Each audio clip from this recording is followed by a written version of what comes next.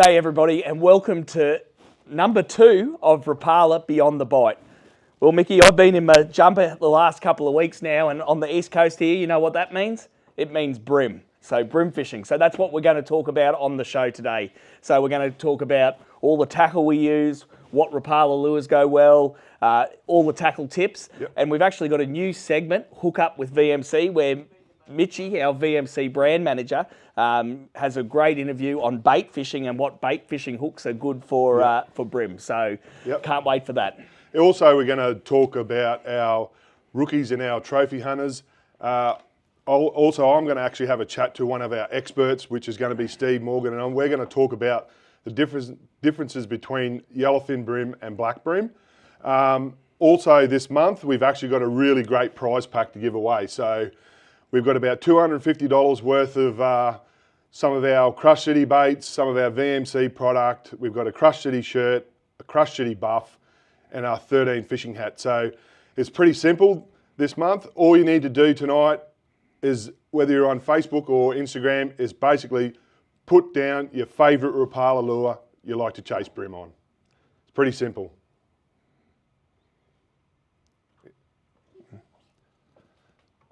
Oh, no, that's, sorry. Right, a cracker start, Timmy, number 2.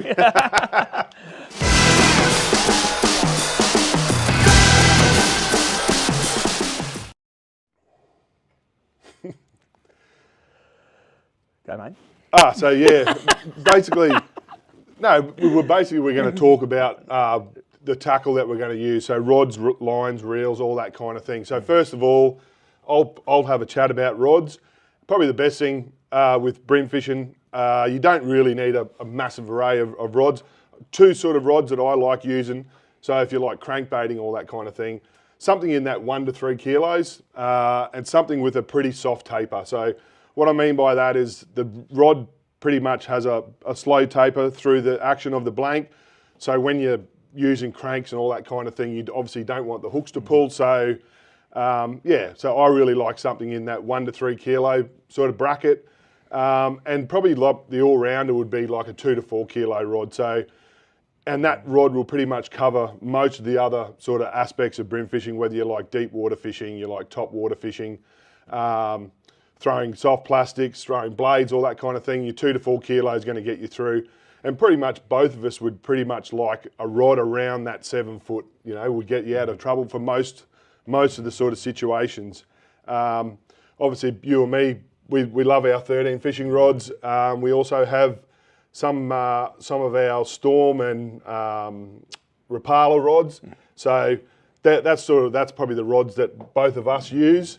But yeah, anything in that 1 to 3 kilos or that 2 to 4 kilos, you're going to be pretty sweet when it comes to Brim fishing. Yeah, and like you said, 7 foot to 7'3". We've been using some new ones we're releasing it after, so you have to stay tuned for the show next month where we run through all the new product at after.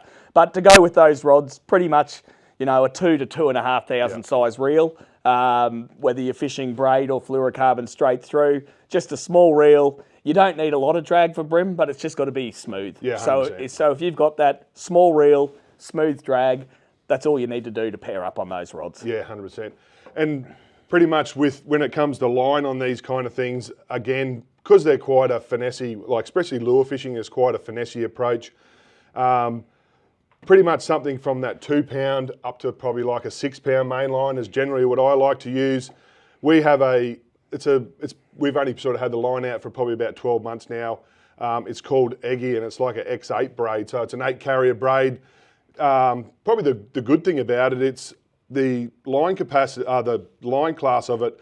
We've got ranges from 11 pound to 17 pound, but the actual diameter of the braid is really thin. So I really like using that 11 pound. Pretty much it's equivalent in the old days to pretty much 2 pound line. So, and the reason I really like using that Eggy, one is for that diameter, and what that pretty much helps aid in is actually it's great for casting distance. It's because you've got that thin line, comes off the spool really good. So, and one thing with Brim fishing, especially like now, this time of year, we got really clear water. You want to be able to cast, like if you're fishing flats or something like that, you want to be able to cast a long distance.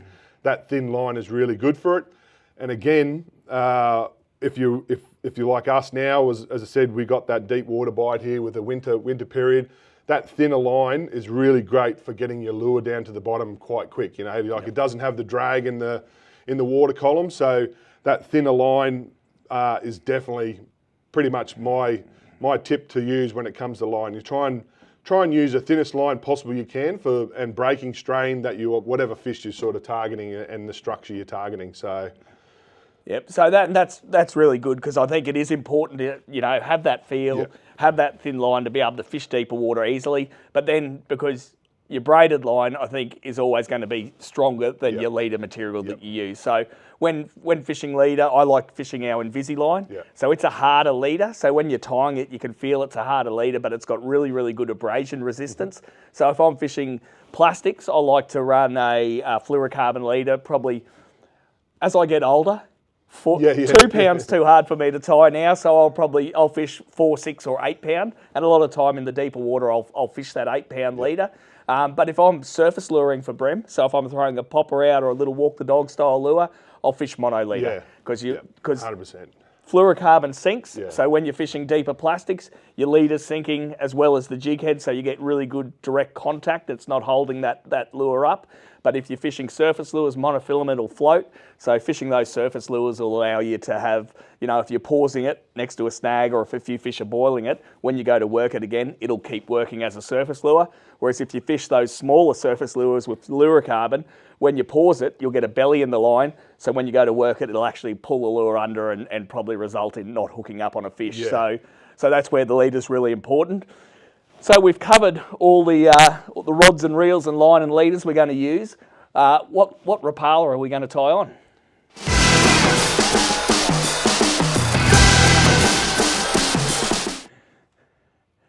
So starting with probably, when I've been at Rapala 13 years now, and to be honest, we had a limited range of Brim cranks when I started 13 years ago, so it was hard to continue to do tournaments, but to be confident in throwing those lures for Brim. But I've been really fortunate. You started with us about 4 years ago, which is when we started Crush City, and probably one of my favourite lures for Brim now is the Crush City Creeper. And as can be seen on our Trophy Hunters, our Rookies app and everything like that, it's been a very successful big Brim and small Brim catches for the rookies as well. But if you're going to have a Brim lure in your range, you've got to have a single tail grub. To me, it imitates, you know, small prawn, small bait fish. You know, you choose the colour that you want to do. And one of the really, really good things with the Creeper is, I think we've taken the traditional grub, which everyone's got in their range, and we've improved it. So we've got the little added appendages on the bottom, the legs, which give extra movement. If you want to put extra scent on your lure, they come pre-scented already. If you want to put extra scent on your lure, those legs will hold that scent a little bit better, but they're just so natural. So whether you're fishing it really, really, really light and, you know, right up against the mangroves and stuff like that, or if you're fishing it on a 1/4 ounce jig head with the Brim now in the deeper water, Brim are going to eat it. So probably that's one of my proudest moments at Rapala was being involved in the Crush City range and getting that Creeper to where it is today. And it may or may not have a friend coming sooner or later. We'll have to wait for 1 month to find that out. But definitely doesn't matter where you're fishing around Australia. If you've got a Creeper tied on, you're a good chance of catching a Brim. And then if I go to a hard body lure now, something that, you know, was developed in Australia was the Shadow Wrap Fat Jack. So a little 40 mil lure. It's got a square bib on it at the ends of it. So I really like this one because it dives down nice and deep. I love crankbaiting around rock walls and things like that. So with that square on the bib of it, it really deflects off that structure really well. So it allows you to throw it into places where you might not throw other crankbaits. And of course, GGIU, that real natural shrimpy colour is really good. Probably this time of year is, for me up here, it's not as much a crankbait time of year. You're going to be throwing your creepers and soft plastics around.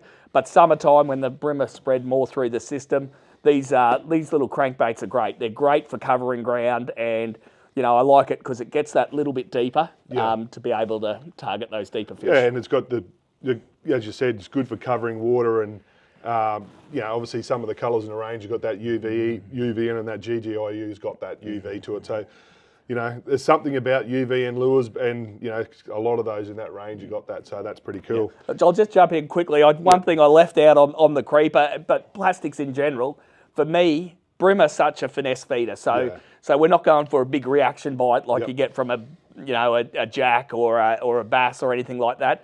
They're eating that because they think it's a bait fish. And I think with soft plastics over the hard-bodied lures, depending on what jig head you put on it, where you're fishing, you can really put it where you can't put a hard body or anything else. So like if you're fishing a rock wall, there's no current, it might be 15 foot deep, you throw a 16th or a 12th of an ounce jig head, you can really put a finesse presentation right down in front of it where you can't get one of those hard body. Yeah, obviously you cover a lot more water down that rock wall, all that kind of stuff as well. You know, you cover that transition where the sand meets the bottom and all that kind of stuff. So yeah, that's probably one of the good things about, as I said, now us having Crush City, that soft plastics, you got such a different variety and of the area that you're going to target. You know, it's a lot better to obviously pick places apart with a soft plastic. You know, you can obviously go and do that kind of thing. So going on with Crush City, when it comes to brim fishing, my favourite lure is actually, and what I've had the most success on is actually our 375-inch jerk. Especially this time of year, I love fishing this in deep water, and obviously now in our area we've got a lot of really small white bait that's just come in the system, and I think that these things represent that bait profile really good. As you said, it's a matter of just choosing the right jig head for whatever you're fishing. Like if you're obviously fishing edges and that, you fish a lighter jig head. If you're obviously fishing deeper water and you want to sort of keep your lure closer to the bottom, I like fishing that 1/6 jig head at the moment. Like as I go into a bit later on, I do a couple of little things with them, but by far my favourite is the jerk. Even through summer, I really like throwing them along the pontoons on a really light jig head. It sort of contradicts a little bit what you said about reaction. This lure to me is actually more of a reaction lure. Like that Calling me a liar. No. It probably comes down to more. It's this lure. You got to actually, the angler physically has to impart more action in the lure. Whereas that is a great. The creeper and the suspect and that, they have those secondary action with the lures. You don't really have to put as much action to them. You know, they do a lot of the talking for you. So, whereas this, I'm quite I like a lot of reaction style fishing. I want those fish to make this decision. What I'm really picking quickly. up is you got to be more skillful to fish your favourite lure. Pretty much. My favourite lure. Okay, sweet. So that's pretty much. That's probably, as I said, number one lure for me at the moment, and I'll definitely be throwing this in the next couple of rounds. We got the Queensland Open coming up, and we got the Tweed round. I'll be definitely got them tied on me rod. Second, similar to what you like, but mine's probably a little bit more budget style reel. That X-Lite crank. I've had really good success with this in shallow water in Moreton Bay, and even it's great along the pontoons and boat hulls, all that kind of stuff. It's like one of those techniques that a lot of guys have actually done really well in tournaments, all that kind of stuff, as they tune the lures. So these things, again, you can do the same, and I do that a bit on some of our broadwater canal systems. Is basically you basically just got to turn that toe point a fraction, and what that does, you can, even if you're not having the greatest cast, you can cast a little bit wider off the pontoon, and the lure will basically track across, and it'll end up knocking up underneath the pontoon and all that kind of stuff. So it's great for that, or even under a boat hull. But a great versatile lure, only 35 mil long, weighs about 4 grams. So on that light line, you can cast it like quite far on those flats, or in some of that shallow water up in Moreton Bay, or even like in some of those grassy, shallow, sandy sort of areas. These are a great little lure. They've got a quite a loud acoustic sort of thing. So they're probably, again, it's more of a reaction sort of thing. Fish will pick it up from quite a distance. So that's probably my second pick. And lastly, it's probably getting a little bit, you think it might be getting on the bigger side for yellowfin brim. I know down in the black brim, the guys, they actually use quite long, like larger size lures.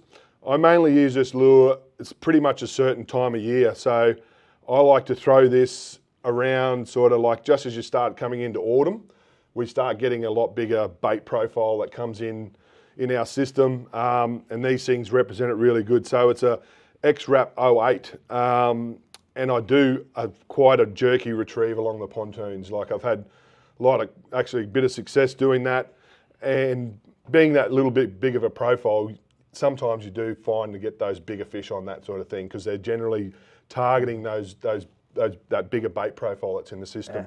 I remember you coming back after saying you had a cracker bag on there. I'm going, no, you didn't, because that's probably traditionally something that I wouldn't have tied on, that longer, skinnier jerk bait, but makes perfect sense when you're matching the hatch and the bait fish are like that. And that time of year, you start to, I love my mangrove jack fishing. You get a lot of them stolen by mangrove jack at that time of year because the water starts warming up too. So it's probably another reason I throw them. Yeah, because you don't have to pay full price. Yeah, pretty much. So that's that's some of our favourite lures. So next time you're on the water, go give one a go. Yeah, 100%.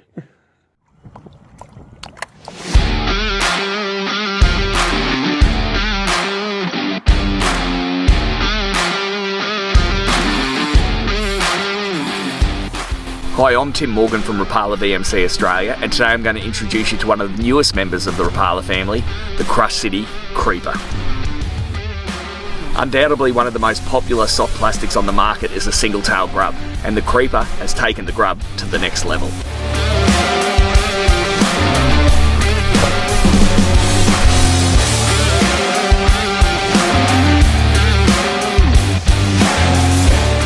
I've done lots of fishing with single-tail grubs over the years and caught a lot of brim doing it in tournaments, and I love the lure. The thing I've liked most about this project is we've taken that single-tail grub and we've made it better. The Creeper has been designed to stand out from the crowd. The lure comes with a single tail and it gives it awesome action on the drop, slowly winding, even with the lightest of jig heads, but we've added some appendages on the bottom of the lure which gives it extra action and makes it more realistic. It's going to be suitable for any predatory fish you target in salt or freshwater.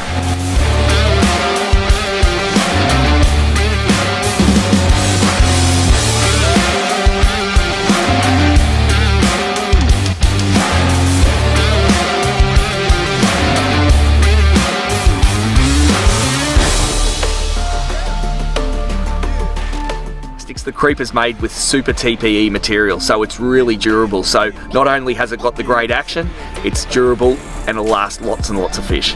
The Crush City Creeper comes in 8 fantastic colours, from bright colours for if you fish in dirty water or want a reaction bite, to natural colours really imitating bait fish, yabbies, shrimps. My 2 personal favourites are the yabby colour, especially over sand flats, and purple haze, because I think that perfectly imitates a little shrimp or prawn. Like all Crush City plastics, the Creeper is scented. It's scented with shrimp scent, and the advantage of this is when the fish come up and bite it, it's going to taste good, they'll hold onto it longer, allowing you to set the hook and catch more fish.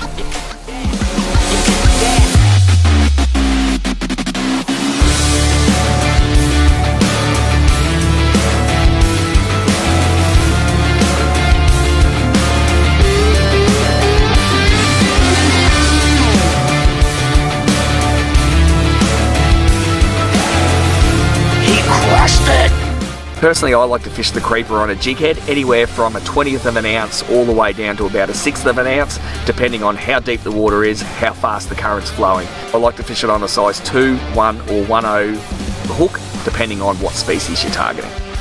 Well, that's an introduction to the Crush City Creeper. I think we've taken the best, most known brim soft plastic in Australia, the single tail, we've improved it, and this fella crushed it.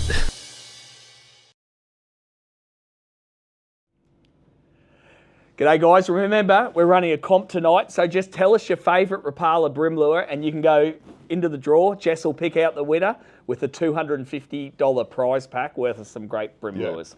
So as we sort of said, each month we're going to try and get some of our pro staff on and talk about the subject that we're talking at that month. This month we've actually got one of the, probably one of the best brim fishers in Australia. It's this bloke's brother. And we're going to have a chat about the difference between yellowfin brim and black brim.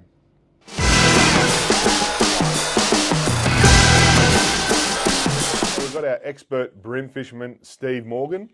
He's probably one of the most seasoned brim anglers around and probably arguably one of the best. So what we thought we'd do this episode is actually talk about the difference between yellowfin brim and black brim. Steve, what's your favourite out of the two species, mate? Well, it's funny because from where we sit here in southern Queensland, the closest black brim's probably 1,000 kilometres away. And the heartland of the black brim fishing, of course, is that southern part of Australia. So probably 1,500 kilometres away. But then when I was doing some stats for this segment, I've actually won more black brim tournaments than I have yellowfin tournaments. So isn't it stupid that a southern Queensland angler can resonate, I suppose, with a species of fish I only ever fish for in tournaments? So I'd have to say that I love fishing for black brim. Yellowfin confuse me a bit sometimes. And another interesting stat is never won an ABT Brim event on the Gold Coast, which is my home water. Yeah. Like, how crazy is that? But there are a lot of differences between the two, and we'll talk about that in this segment. So that's what I was going to touch on first. We'll start on habitat. Is there, like, as far as yellowfin Brim is concerned, what's the sort of area that you would find lowest down you would find a yellowfin Brim? So we consistently catch yellowfin Brim in tournaments all the way down to Gippsland Lakes. So Lakes entrance and a little bit up the system is the furthest around that I've caught a yellowfin Brim. But man, some of the biggest yellowfin Brim I've ever caught have been in that in the Lakes entrance area. So right at the extremities of the range is often where you get the biggest of any specimens. So it's true in game fishing, it's true in lots of other things, but at the extremities of the range of yellowfin Brim, i.e. East Gippsland and like central Queensland, I've seen some absolute thumpers, you know, and I've caught, you know, in Brim tournament fishing, a 5 kilo limit of fish is what you're really looking for because that's an average of 1 kilo of fish. And if you don't know how the length to weight works, it's about 36 centimetres fork or 40 centimetres tip is about a kilogram of fish. Man, the extremities of the range of where I've seen some giant yellowfins in Gladstone and areas like that, and I've seen the giant yellowfins in East Gippsland. So that's the heartland of yellowfin brim fishing. The black brim, I've caught a black brim as far north as Sydney Harbour. I've caught one off the Lane Cove Bridge before, a nice fish about 1 kilogram, but they run all the way around the bottom of Australia through Tasmania and then up the coast of WA a little bit. So it really is a southern fishery, and there are those differences in the two. And the first difference is where they spawn. Yeah, I was going to ask that question. Like, is there a time difference between the two species? Do they spawn around the same time, or is there a different part of the year they spawn? And well, it's funny. In my part of the world here, in the Brisbane River, they actually spawn in summer and winter. So it's normally around the moon, but they definitely have like a December, January, February spawn. But they also have a midwinter spawn as well. And back in the old days at Caloundra, they'd have that summer spawn as well. Typically, the black brim are a little bit more regimented because they will spawn usually in sort of winter, spring, but they go up the rivers to spawn. Okay. Yeah, yellowfin, they all come down to the mouth of the river. They want quite salty water to spawn, and then the black brim like it nearly in the freshwater at times. And I haven't done a lot of spawning style black brim fishing because I'm never down in that part of the world at the time they are spawning. But talking to guys like Chris Wright, it's amazing. Sometimes there's a heap of giant brims swimming around just under the surface, and you need to be ultra finesse to catch them. So when people talk hybrids, and that's when a hybrid is technically when like a yellowfin and a black mate together. I'm always suspicious of whether there is much hybridisation going because they spawn so far apart. Okay. You know, maybe they change identity and they have to, I'm going to go up the river this year. That's it. Or down to the surf. Okay, so as far as that's concerned, as targeting yellowfin and black brim, would you say that targeting yellowfin brim, you're more towards the coastal areas, like close to the river mouths, and the black brim are further up the system, or are they similar? I don't think so. I think they have very similar niches, and both of the species can live in pure freshwater and pure saltwater.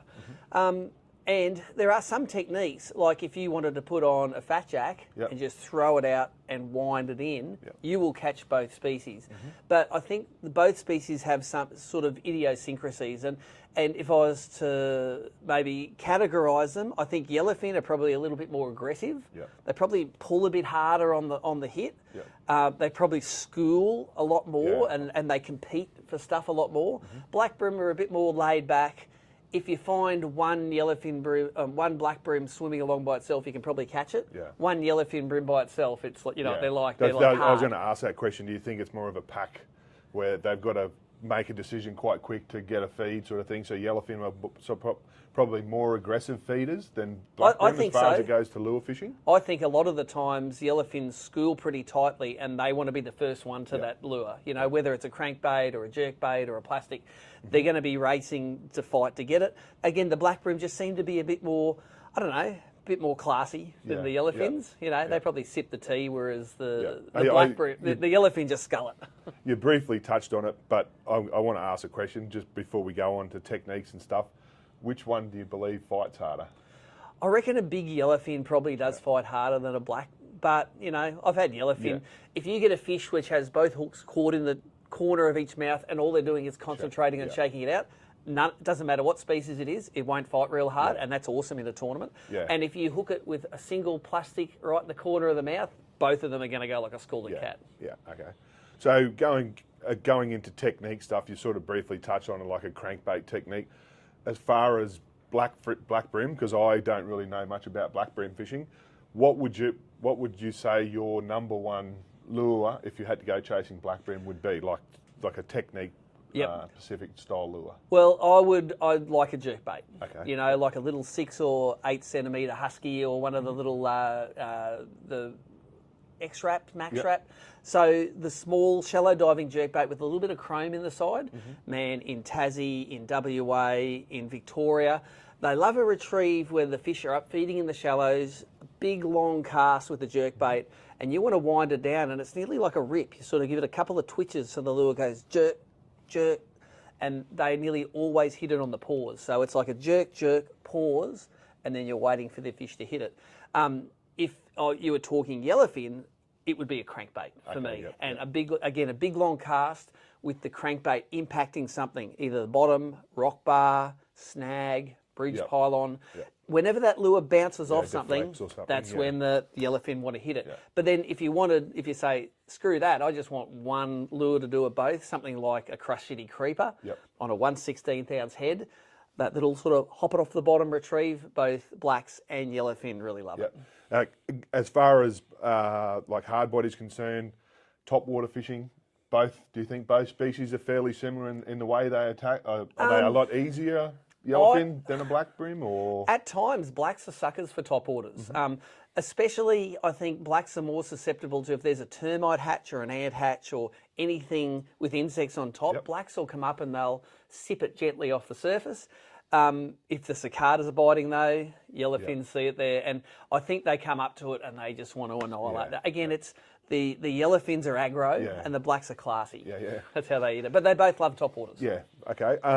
As far as soft plastics are concerned, obviously our Crush City range of plastics, in our Trophy Hunters segment, you'll see a lot of our catches, and especially black brim. We see a lot of them caught on our creeper and our suspect. Yeah, the suspect's crazy, isn't it? That's like a bass lure, paddle tail. And I suppose we should preempt this because I remember when they first came out, I had a non-boater on the Gold Coast. His name was Peter Clark. Yeah, I do remember that. And we had a bag of plastics, and it was one of each of the lures, and he put on a suspect straight away instead of a creeper or anything like that. He threw it out, and he was like, bang, bang, bang. And he ended up winning the non-boater division on a brand new lure, but it was a suspect. And I was like, come on, Mick, that was supposed to be a bass lure. Yeah, and I was actually surprised myself because my favourite style of lure when I chase yellowfin brim would obviously be that jerk, our jerk, 375-inch jerk. I really like that lure.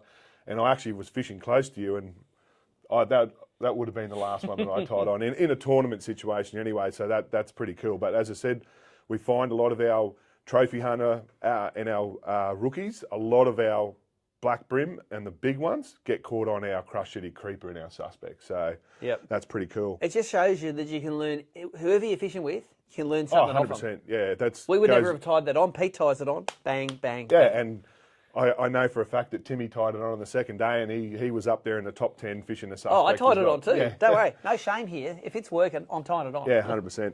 Okay, so as far as that's concerned, anything else you want to sort of run by with black brim? Sorry. I know you're obviously excited. You got the final down there this year, but summertime, is that good? As far as seasons are concerned, what would you say would be the best? Well, I'll sort of judge it on when we run our ABT events there, and I love running them in late summer through autumn. Yep. I think the fish are all feeding up for pre-spawn. The water's warm, they'll eat top water. It's just a sort of an aggro time of year. Haven't fished many tournaments, like the grand finals, I think in October this year, so that is in the spring. They will be just finishing their spawn, I think. So the fish may be a little bit more up the rivers and not spread out as much. Mm-hmm. I think it's going to be, if you find a good spot, it might be a gold mine. Yep. And if you're in a spot where they're not spawning, then you might really struggle. So when we go down there in autumn, everyone catches plenty of fish. There might be the haves and have-nots this year, and I think that's going to be really interesting because we're giving away an expensive boat. So someone's going to master the blacks in Marlow and Bam River. Yep. They're going to win themselves a great boat. And I hope it's me, but there's going to be 29 other guys fighting hard for it. Yeah, the last time I actually fished for Black Brim, I think it was 2005 when I went down and did a grand final down there in Gippsland. I love to get down there and have a crack at them because I haven't really done a whole lot, but I'm looking forward to a couple of weeks. You and me are going to have a crack at that Queensland Open. So yeah. I'm looking forward to that. Well, Queensland Open, the Tweed, it's real yellowfin spawn time. So, I've got an idea. They've got some new baits coming out that are going to be pretty good for those things. We're not allowed to talk about them now, but there's going to be some stuff which is pretty relevant. Plus, your existing baits are pretty good. I think it's a crush city round on the Tweed, isn't it? Yeah, it is actually, and everyone will actually receive a couple of our new baits that are going to suit the Brim really well. I've been lucky enough to have used them. I had a really good second day on the Clarence ABT. Yeah, I think I got the biggest bag on the second day, so stay tuned. We've got some pretty cool Crush City coming for you Brim anglers. So thanks, Steve, for obviously shedding a bit of light between the difference between Yellowfin and Black Brim. As I said, I don't really know much about it, but obviously I learned a little bit today, and I hope you did too.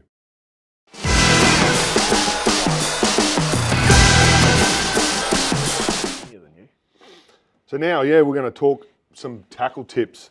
I've got a couple tonight. In basically the first one I'm going to talk about, it's probably more of a technique-specific tip, and it's something when we did the VMC jig head range, we actually revolved it around it with our hidden weight hook in our 1/35 size. So obviously, any style of fishing, surface fishing is probably one of the most exciting ways to fish for any fish species. So I've got a little bit of a tip for fishing our Crush City jerk. Basically, what I've done is, when I first started fishing this technique, is basically what I was doing is actually rigging the plastic. So basically starting at about 5 mil back off the head of the jerk and actually feeding our hidden weight system into the plastic. So it's fairly simple. All you really need to do is, obviously, it's got that pointed head. So basically you feed it into your desired length, and basically it's just a matter of feeding it in. Obviously, being the first time, you've actually got to put a bit of pressure in it to push down and get the plastic in it. But then, as you can see, it's got that nice sort of, the head shape's got that little tiny bit of an upward rise. And what I like to do is, going back to what you said earlier on about fishing monofilament lines, that's probably one of the keys to doing with this, because you want that line to float. So it's actually quite exciting. It's basically a matter of casting it out and pretty much using it as a soft plastic jerkbait. But the cool thing with it is it'll actually dive underneath the water, and you could obviously do a couple of little rips down. It'll dive underneath the water, and then it'll actually float back up to the surface. So a lot of the fish will take it off on the surface. But obviously, I live on the Gold Coast. The fish are quite pressured. One thing I did find was, it's not really a technique that the fish don't really like to pause very long on it, because I found a lot of the time when the fish would follow the lure, the minute you'd pause, you'd have like a pack following it. They'd take off straight away once you pause. So I sort of worked that out fairly quickly in those summer months, is to basically get that fish, or get those brim basically interested in the lure, following the lure, but then speeding it up and doing quite a erratic retrieve. And you get some of those really cool strikes where the fish, blow up on the surface and take off. And you're obviously fishing light line, so it's actually quite fun. So yeah, I remember when you actually came back and told us about that. I think the following weekend I went down with my young fella to the Tweed, and I was surprised at how well that lure skipped. Oh yeah, 100%. So you could skip it right up under the mangrove trees with only one hook on it. Very little, few times it'd hook up, but even between pontoons, you can skip it right up pontoons. And like you said, surface fishing's fun. And Yeah. we had a blast. Yeah, because I remember you coming back, you got a couple of jacks and you got a handful of brim. So yeah, it is pretty cool technique. And as you said, it skips really well, so you can get it in in between the boat holes, all that kind of stuff. So if you haven't tried it, definitely go and grab a pack of our 135th VMC heads, put them on a Crush City jerk, fish on about a 4 to 6 pound mono line. Especially anytime when you've obviously that water's heated up and the fish are eating stuff on the surface. So that's one of my first tips. And my second tip is something that is probably more of a tournament thing that I do. And I do it religiously. It's probably just something I've done for a very long time, is I actually run a stinger on a lot of my plastics when I fish. So I've got a tackle box here. I spend a lot of time tying stingers. We've obviously got our VMC range of jig heads now. I being biased myself, the hook's nice and fine. It's actually, it's really good hook. I really like that hook. It's quite fine, so it's good for, obviously you're fishing lighter line, so you want that, really good penetration, so that really light wire hooks are really good. But what I do with my stingers is I actually tie it with 20 pound 832. So I get some of our 20 pound 832. We actually have a light single that VMC do. It's a 7237 hook, size 10. So basically what I'll do is I'll pre-tie a whole heap of them with the length of braid sort of thing on them. So then whenever I want to, whatever weight I want to choose, I can obviously tie them on. But I've obviously got the Queensland Open coming up, so I've obviously tied a whole box ready to go for them. So I'll be obviously using them. But I don't know if you can see here on a rigged one. So basically, with the Crush City jerk, I should have mentioned, size 10 is the hook that I really like to use. So if you want to go out there and try this, go and look for the VMC Gripper jig heads. Look for that size 10, and basically put it on. I've got a desired length. Obviously, I know the length of stinger I need.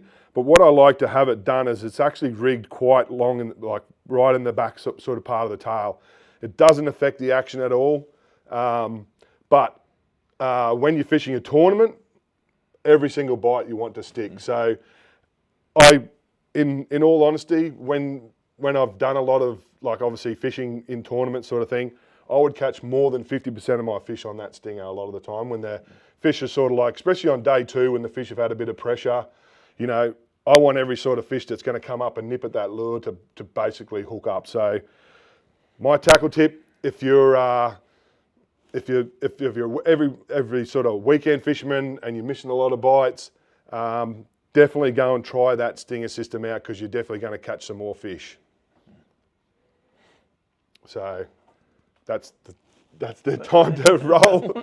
Definitely go and check them out. Get that stinger on it, and you're definitely going to catch more fish.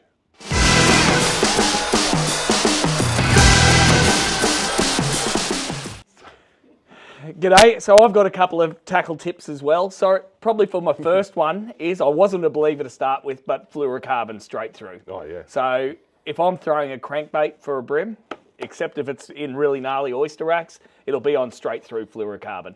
Because I think a lot of the time with crankbaits and that, when you fish them, brim have got the rubbery lips, you'll hook them in the corner of the lip, and if you have a braid to fluorocarbon leader, there's not a lot of stretch, not a lot of give, and you pull the hooks on a lot of fish. Whereas if you run it just fluorocarbon straight through, even though it's not as stretchy as mono, there's enough stretch in there for the lure for the fish to take up weight, pull a bit of drag, and not have the hook pull out of the fish's mouth. So probably when I'm crankbaiting, I could almost guarantee that I've got fluorocarbon straight through. Probably as a general all-round, 3 pound is pretty good. I know that I haven't fished comps for a long time, so a long time ago I was fishing Cloundra comp. I think I went down and fished Redcliffe.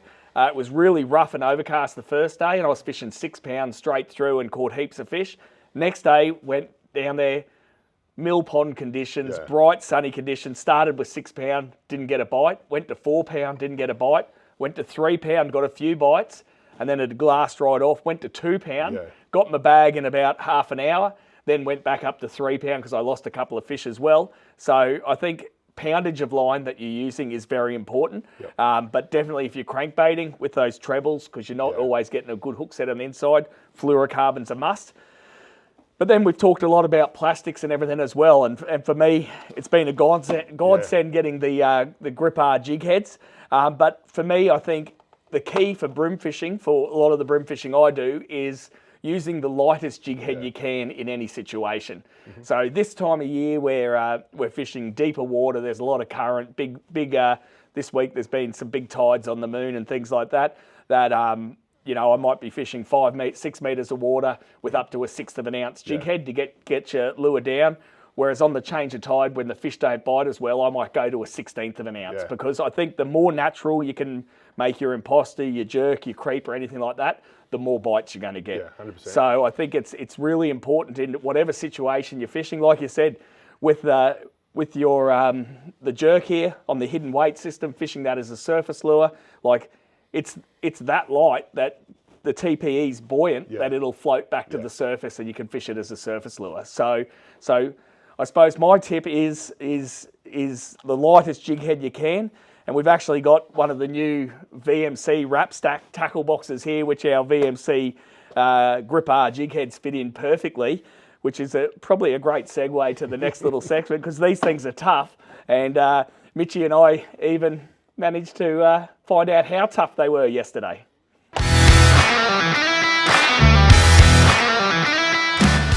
Oh no, Mitch, I've got a flat tyre.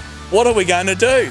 Well, you'd think out of this whole car park there'd be someone with a jack, but it doesn't look like it. So how about we give the Rapala Rapstacks a go? Let's give it a crack, mate.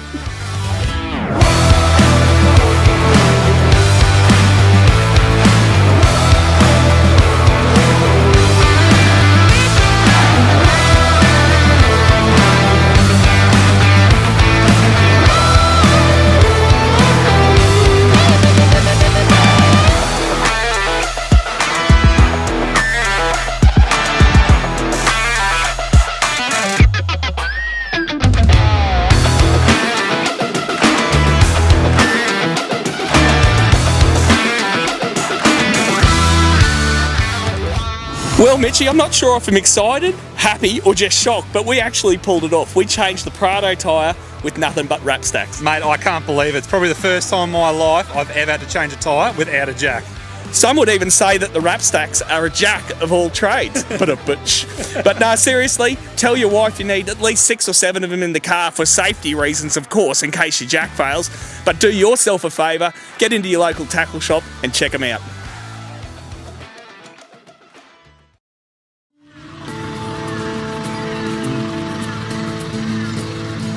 The team at Rapala is really excited to introduce you to the Rapala Rookies. Basically, all you need to do is download the Rapala Trophy Hunters app off the App Store, select the Rookie section, grab your kids in a Rapala lure and go out and have some fun. Woohoo! High five. That was all you. I'm a Rapala Rookie. There are 18 different categories that you can go and fish for, the 17 species of the Trophy Hunter app, and then my favourite, the Classic Catch. So any other species you get, you're eligible for one of these badges. All you have to be 16 years or younger. Catch a fish in the Rapala lure. And the great thing for the kids is there's no size limit. All you need to do is catch a fish of that species, doesn't matter what size it is, and you'll get one of these badges.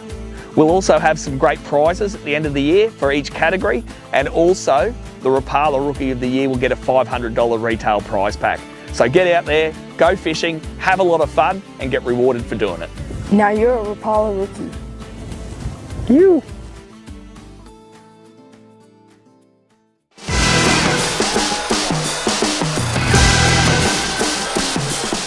Welcome to Riley's Rookies Wrap Up. As this show is about Brim, we'll be going through some of the Brim entries from this month. The suspect in whiting has been a hit on some Brim. 1 week we had 6 Brim caught on that lure. The Creeper and Purple Haze has also been doing well recently. A rookie even scored a trophy-sized Brim on this lure. The Creeper has been the top choice in the past month. A lot of different species have been caught on it. Flathead, Trevally, Barramundi, Murray Cod, Snapper, and some classic catches. And of course, the Brim. Since last month, there has been no change in the leaderboard. Harper Ireland still leading the ladder with 11 badges. We are releasing some new Crush City shapes in the next live show, so stay tuned, get out there and crush it. G'day everyone, it's Tim and Mick here from Rapala Australia, and we're super excited to introduce you to the competition we're running for the rest of the year, which is the Rapala Trophy Hunters. Basically, we picked out 17 species of fish you can target anywhere around Australia. You catch a fish in a trophy size for that species, we'll send you out one of these badges. How do they enter, Mick? It's pretty easy, mate. All you need to do is go to the App Store, look for the Rapala Trophy Hunters app. It's available both on Android and Apple phones. All you need to do, once you've downloaded that app, go in there, create yourself a profile. Then all you need to do, get out there, catch some of those trophy-sized fish on the Rapala, go back into the app, enter them in the app, and then any of those corresponding fish will send you out a badge. And through that app, it's actually a live scoreboard. So you can go on any time, see who's got the biggest fish of a certain species, see what fish species are getting caught in your state, and also what the secret lures people are using to catch those fish. So you can go pick yourself up a Rapala and get one of these badges yourself. But then also the competition is that the person who has the longest fish in each of these 17 species will get a $200 retail prize pack at the end of the year. And the best one of all is the Rapala Angler of the Year. So the angler that can get the most amount of badges by the end of the year will get a $2,000 Rapala prize pack. I'll be shooting for that. What are you going to start fishing for first, Nick? Of course, I'm going to go and have a crack at me jack, mate. I've actually snuck out and already got one, by the way. And I've actually put it up on a frame. I'm pretty proud of me jack. It was 59 centimetre one on my favourite heavy hitter red dog.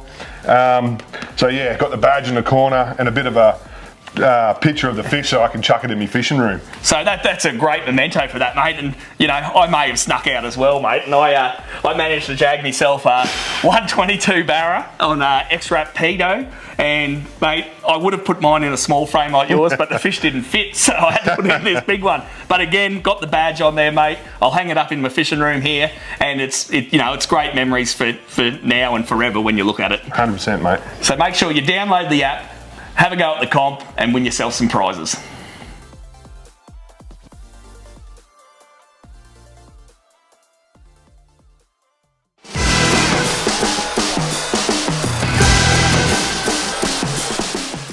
So let's head around the grounds. As this month we're actually talking about Brim, we might have a look at our Rapala Trophy Hunters app and see what Brim have been caught this year.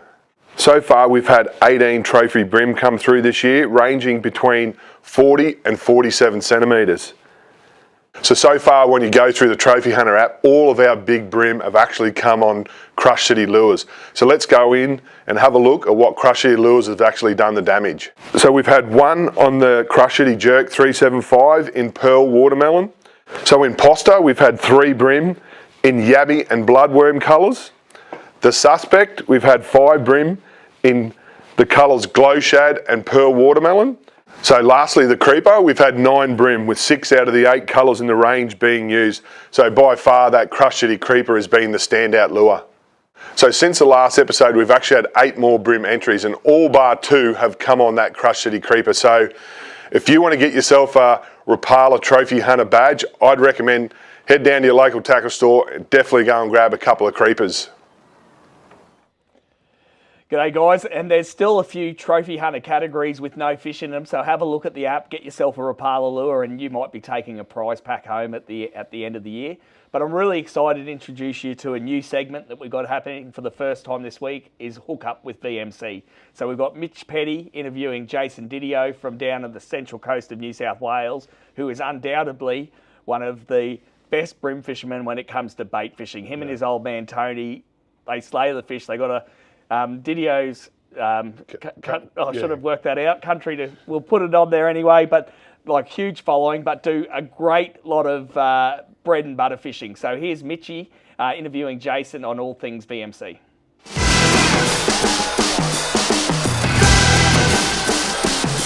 VMC. I'm Mitchell Petty, VMC Brand Manager of Australia, and I'm happy to introduce you guys to Jason Didio, VMC Pro Staff. G'day, Jason. How you going, mate? Yeah, good, Mitch. Yourself? Oh, mate, can't complain at all, mate. So this week's topic of our live show, we're talking all about Brim, and I know you are the man for Brim, particularly with VMC hooks, mate. So tell us a little bit about the VMC hooks that you and your dad use and all your family use while targeting brim. Yeah, so the main two hooks that I like to use is the light circles and then also the octopus hooks, which is the 8299. And the light circle is a 7381. That's it. Is that correct? Yeah. So they're the two preferred hooks that I like to use when it comes to brim fishing. Okay, nice. So when do you sort of go from the circle hook to the octopus hook? Like, what situation would you choose either hook? Look, it's not really in a situation as such. It's more the catch and release side of things. So if I'm going out trying to get a feed to bring home, I'll just use the 8299s.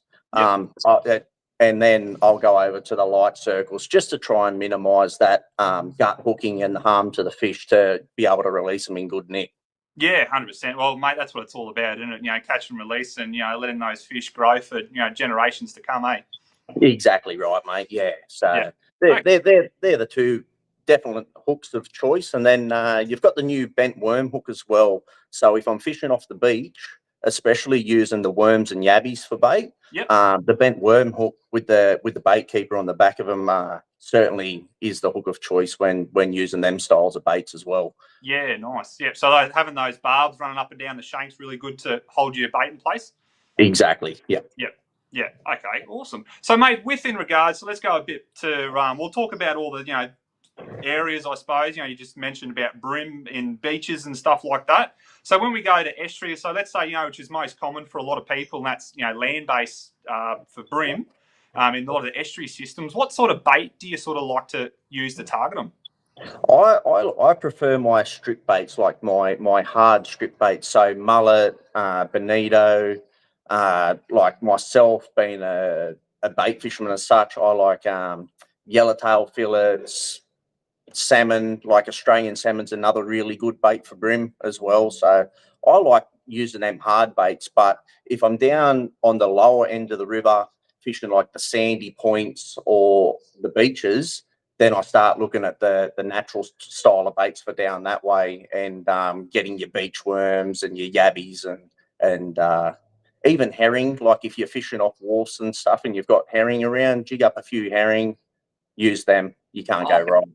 Yeah, right. Okay. So in regards to that sort of dead bait, strip bait style, you're chasing that fish with a bit more oil in the baits for brim? Yeah, definitely, Mitch. Yeah.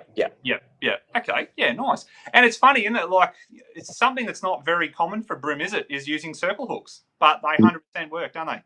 Oh, 100%. We've got multiple videos out there that show that the light circle hooks definitely work on brim. Yeah, and it's so deceiving. You see these little brim, like 25 centimetre fish, and you've got a decent gate circle. Like what size are you mainly using for them? The 10 and 20. 10 and 20. So having that size, and they got no issues just inhaling the bait. And so when using the circle hooks, what's your when you're getting hits or bites and stuff, what's the best technique to use circles on brim? So for me personally, Mitch, no matter where I'm fishing, it's more of a case of I like to burley. You've got to have that burley. I just get just a bucket, put a little bit of water in it, throw some pilchards in there. Dog biscuits is another good one that I use. It might seem funny, but I get dog biscuits, a bit of bread, some pilchards, and then I just mash it all together. And burley is the number one key. Yep. And I like to fish with no weight, so no sinker, just a hook tied onto the end of the line. Yep. And because what happens is, from what I've noticed over the years, is a lot of people will throw their baits out into the middle of the river. The fish hang next to the structure, so it doesn't matter where you're fishing around wharves, trees in the water, rock walls. Them fish are swimming right next to where that structure is because that's where the bait holds. It's you get your back eddies, and so I throw the burley right at my feet, and you want to put that bait maybe 1 meter to 1.5 meters, and that's it. Wow. And use a decent sized strip bait. Like camera's that way. a decent sized strip bait. Yep. And what happens is you'll throw it out, leave the reel in free spool, so the bail arm open, and you'll see the little brim. They'll take it and they'll take a couple of little runs off the line. And then next minute, the big ones come in, they take the line, let them run for about 5 seconds, knock her in the gear, mate, and happy days, you're on. Yeah, wow. So pretty much just letting the hook do all the work for you. Exactly right. Yeah, yeah. So when you got your traditional sort of style, you'd always have the the bites, wouldn't you? And you'd try and strike to get that to come through. But the circle hook's just like, you can just go for a run, mate, and then straight in. How good's that? Yeah, that's it. No striking, none of this big stuff. You don't need to do that.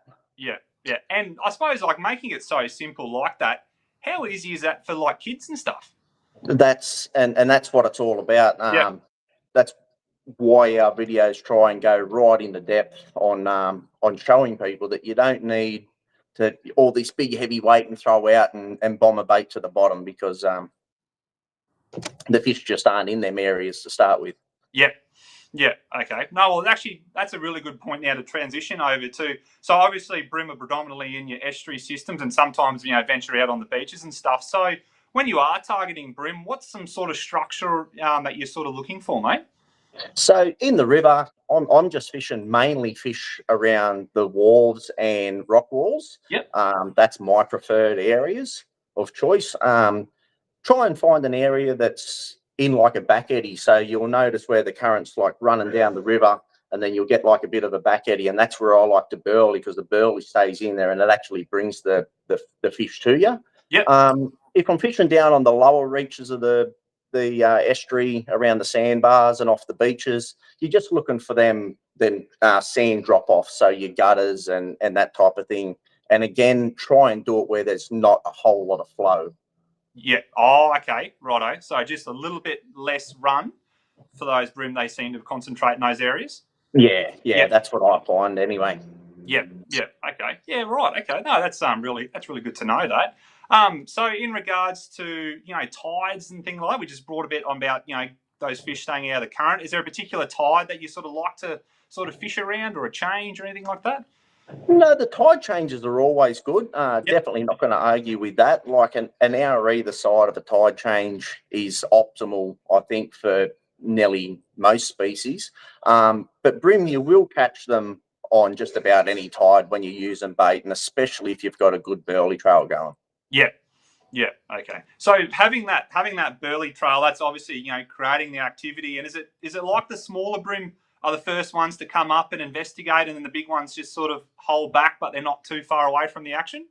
Yeah, 100%, mate. Yeah. So you'll always get the little Brim that come to your feet, and the bigger Brim normally sit just at the back. And that's why I say having that reel in free spool and letting them smaller fish pick up the bait and then run out. And then next minute, you'll just see the line start screaming when the bigger guys come in and go, hey, that's my tucker now.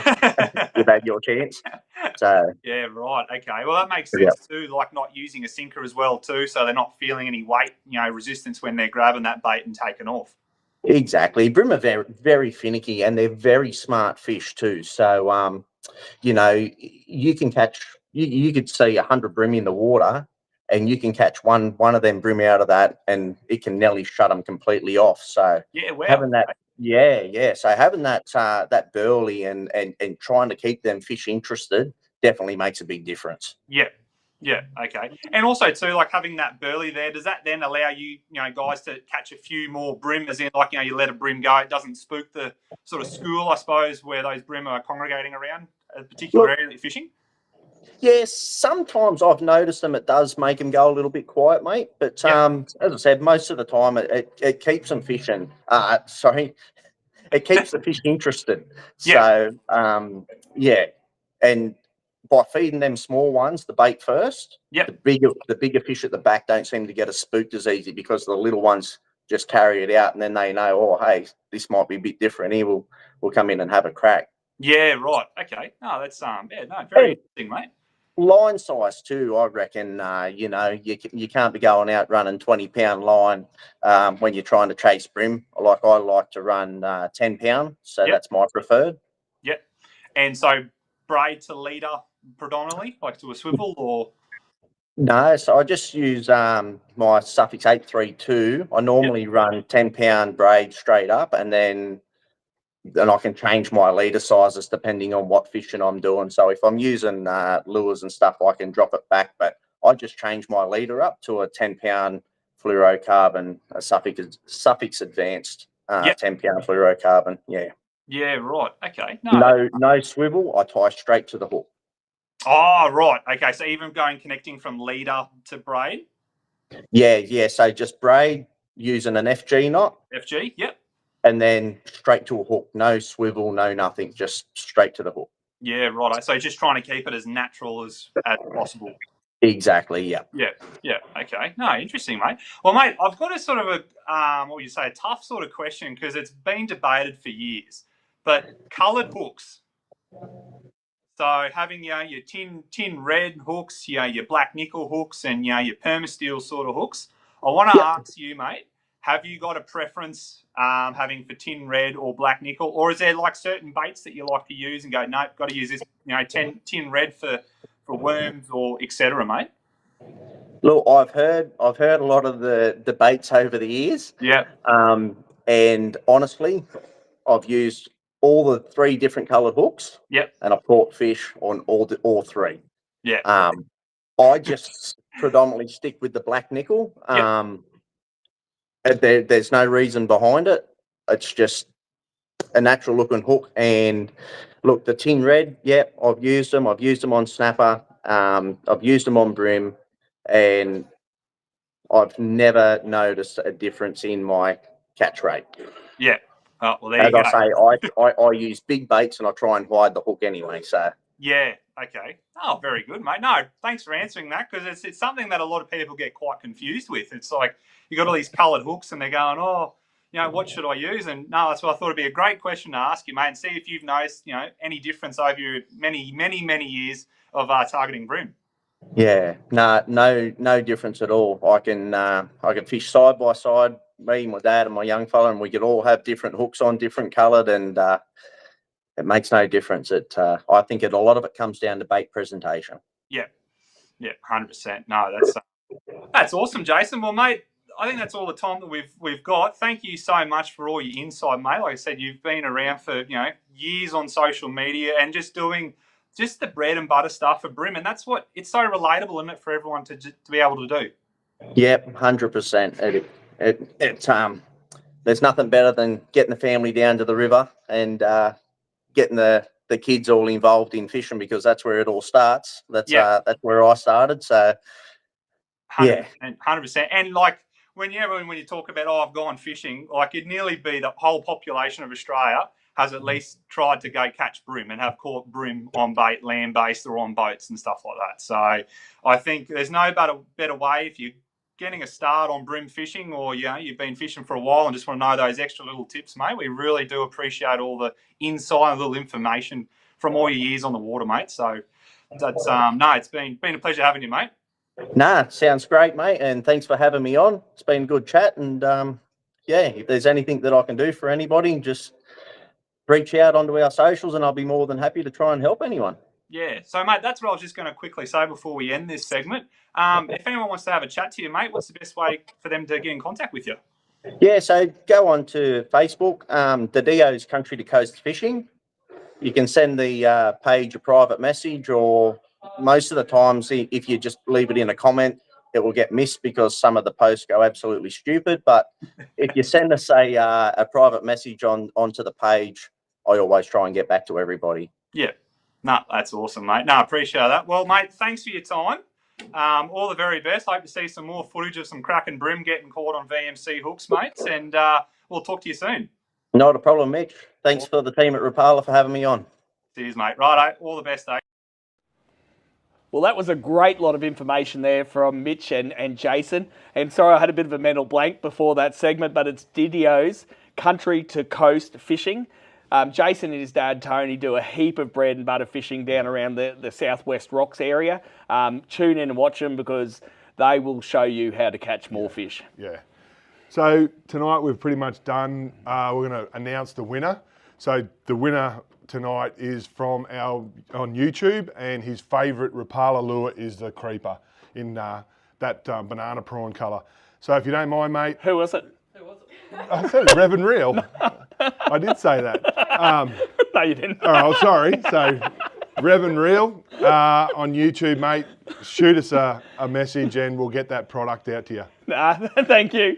We were going to try and do the last segment without a mistake, but we didn't. No, it's all good. So thank you for watching. I think we had a few hiccups, but we're getting the general gist of it and we're getting there.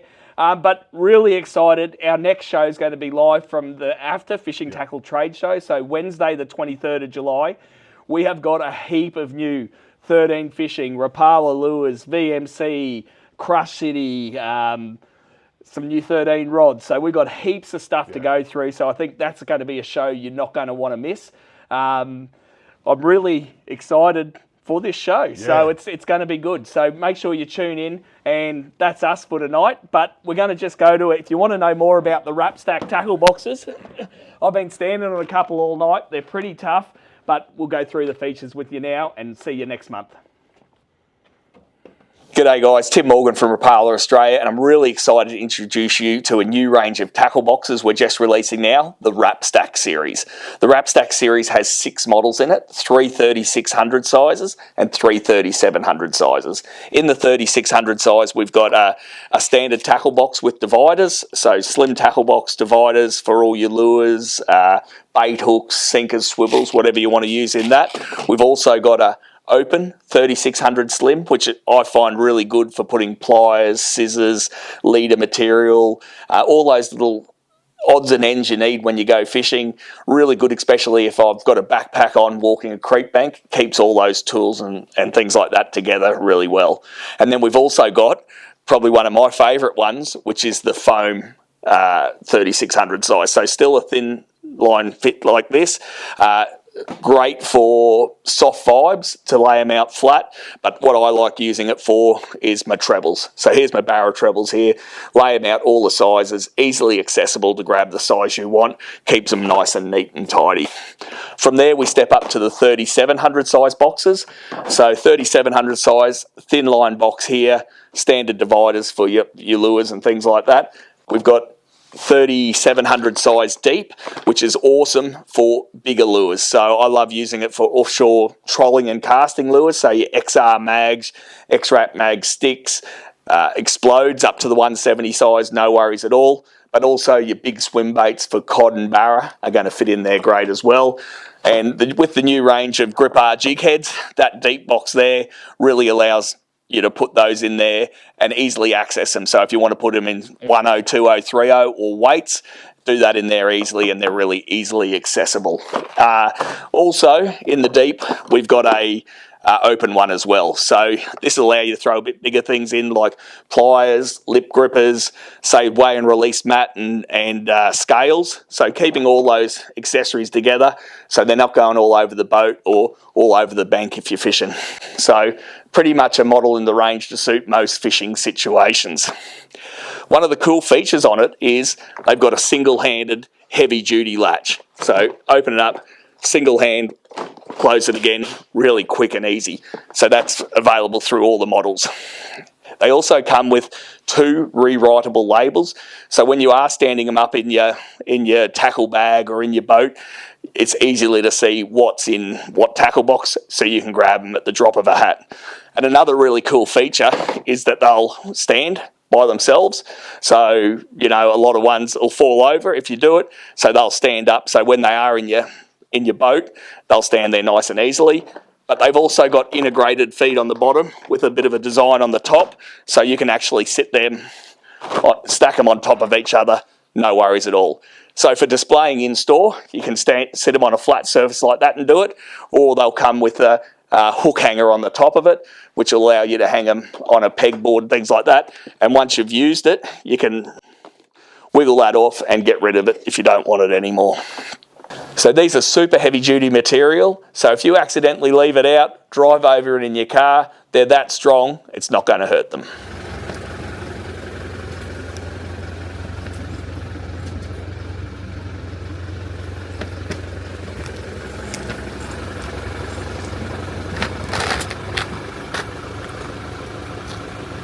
Another really cool feature of these boxes is All the dividers in them are pre-cut. They're a lot thicker than the standard dividers in a lot of boxes, which means that they're moulded in perfectly. Push them down hard, they're going to stay in spots. So I've got this box here with a heap of bait hooks in it. You can shake it around like that, open it up, have a look in, and every one of those hooks is in its desired location.